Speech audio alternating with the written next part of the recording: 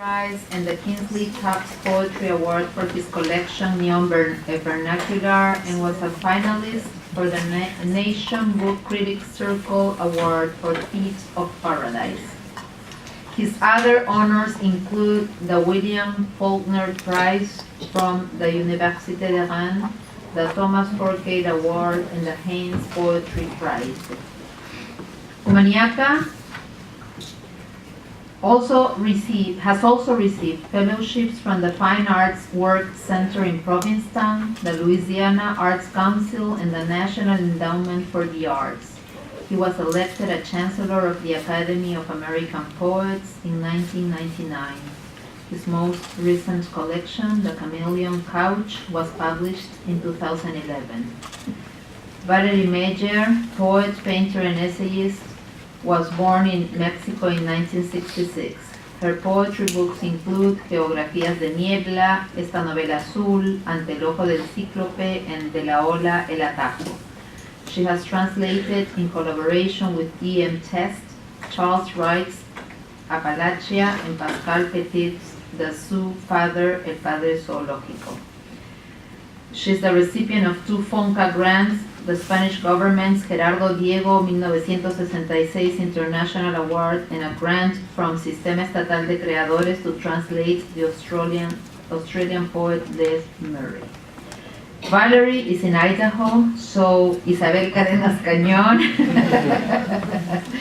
She moved there to work for the Mexican consulate in Idaho. She's an alumna from the program. So Isabel Cadenas Cañón, a poet from Spain, the author of the award-winning book Irse, who is an alumna of our MFA and currently pursuing her PhD in Spanish, also at NYU, will be reading Valerie's versions of Komunyakaa's poetry for us tonight. Thank you. I would like to say that poetry almost hurts to be translated. One reason is that poetry embraces mystery, and in that sense, it's always beckoning across borders. I think some of the poems that were translated are very early poems, so I think I'll probably read 4 of those poems.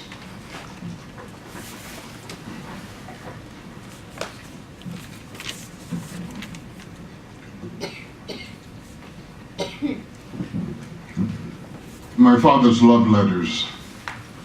On Fridays, he'd open a can of Jack's after coming home from the mill and asked me to write a letter to my mother. He sent postcards of desert flowers taller than men. He would beg, promising never to meet her again. And somehow, I was happy she had gone, and sometimes wanted to slip in a reminder how Mary Lou Williams, polka dots and moonbeams never made the swelling go down. His carpenter's apron always budged with old nails, a claw hammer looped at his side, and extension cords coiled around his feet. Words rolled from under the pressure of my ballpoint. Love, baby, honey, please. We sat in the quiet brutality of voltage meters and pipe threaders, lost between sentences. The gleam of a 5-pound wedge on the concrete floor pulled a sunset through the doorway of his tool shed. I wondered if she'd laugh and held them over a gas burner. My father could only sign his name, but he'd look at blueprints and say how many bricks formed each wall.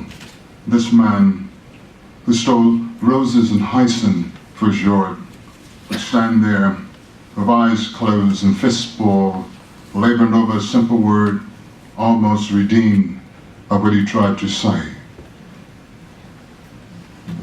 I wanted to apologize again on behalf of Valerie. She was telling me to tell you this, and she's really very sad not to be here today. She tried until the last minute to come.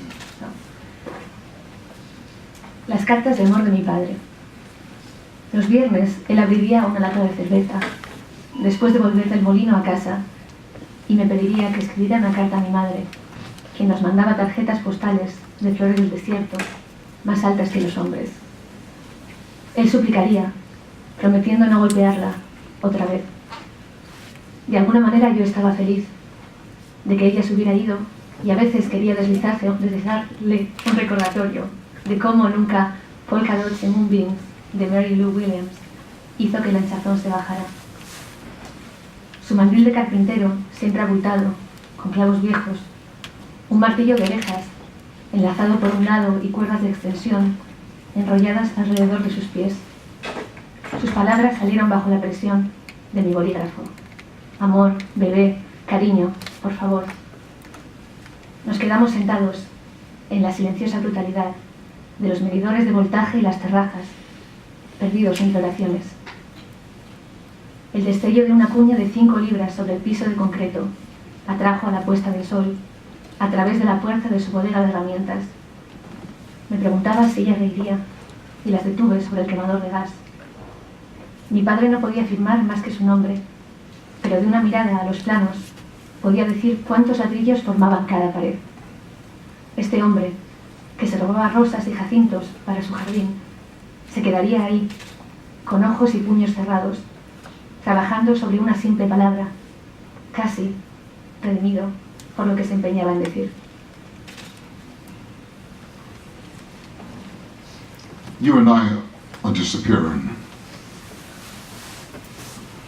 The cry I bring down from the hills belongs to a girl still burning inside my head. At daybreak, she burns like a piece of paper. She burns like foxfire in a thigh-shaped valley. A skirt of flames dances around her at dusk. We stand with our hands hanging at our sides while she burns like a sack of dry ice. She burns like oil on water. She burns like a cattail torch dipped in gasoline.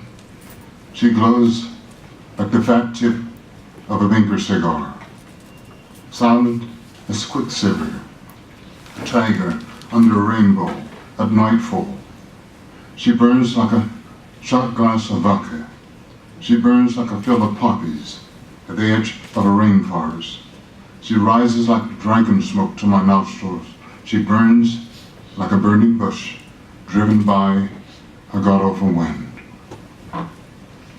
Tú y yo estamos desapareciendo. Bjorn Hackenson.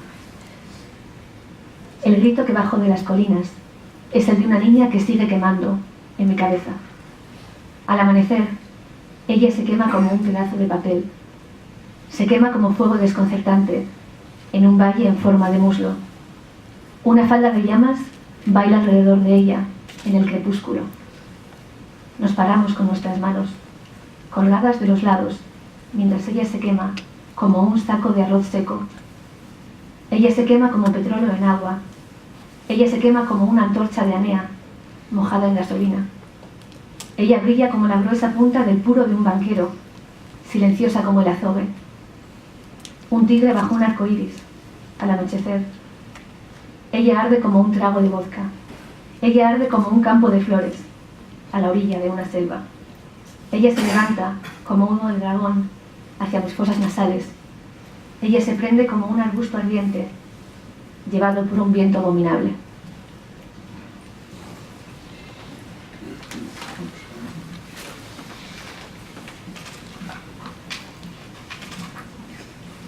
Move it on.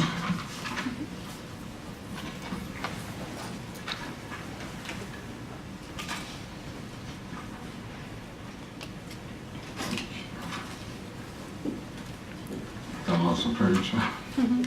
No, I'm fine. The smokehouse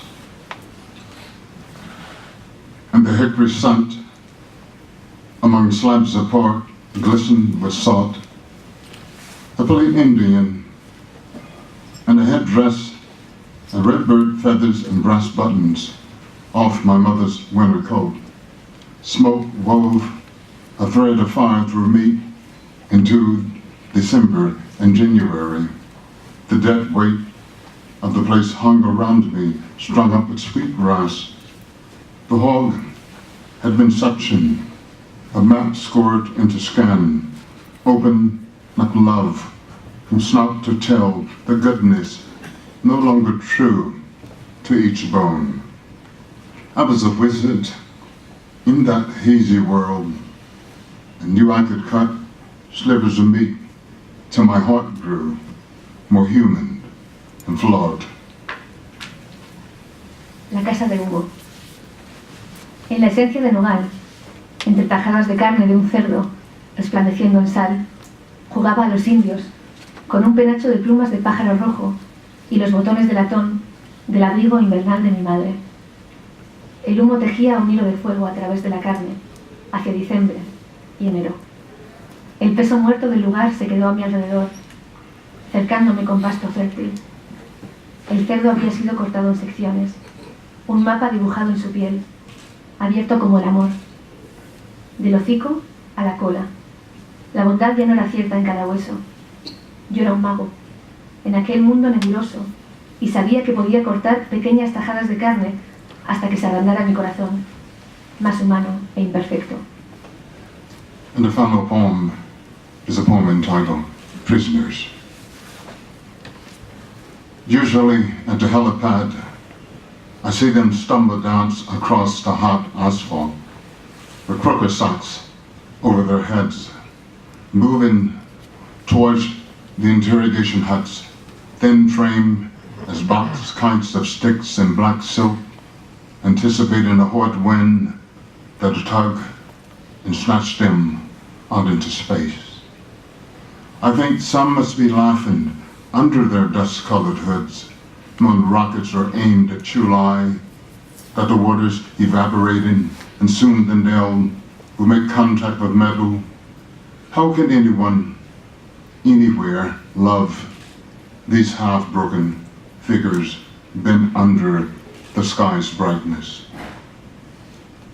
The weight they carry is the soil we tread night and day. Who can cry for them? I've heard the old ones are the hardest to break. An arm twist, a combat boot against the skull of 45 jabbed into the mouth, nothing works. When they start talking with ancestors faint as camphor smoke and pagodas, you know you have to kill them to get an answer. Sunlight throws sights against the afternoon. Everything's a heat mirage, a river tugged at their slow feet. I stand alone and amazed with a pure heavy door gunner signaling for me to board the Cobra. I remember how one day I almost bowed to such figures walking towards me under a carpenter's ironclad stare. I can't say why.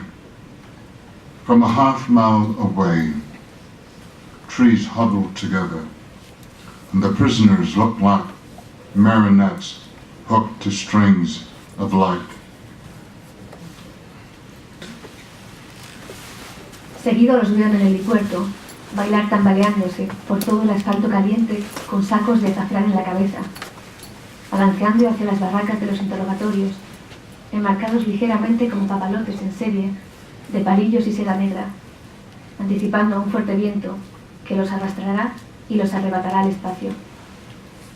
Pienso que algunos deben estarse riendo, debajo de sus capuchas color polvo, sabiendo que los cohetes están apuntados hacia Chulai, que el agua se está evaporando y que pronto el clavo hará contacto con el metal.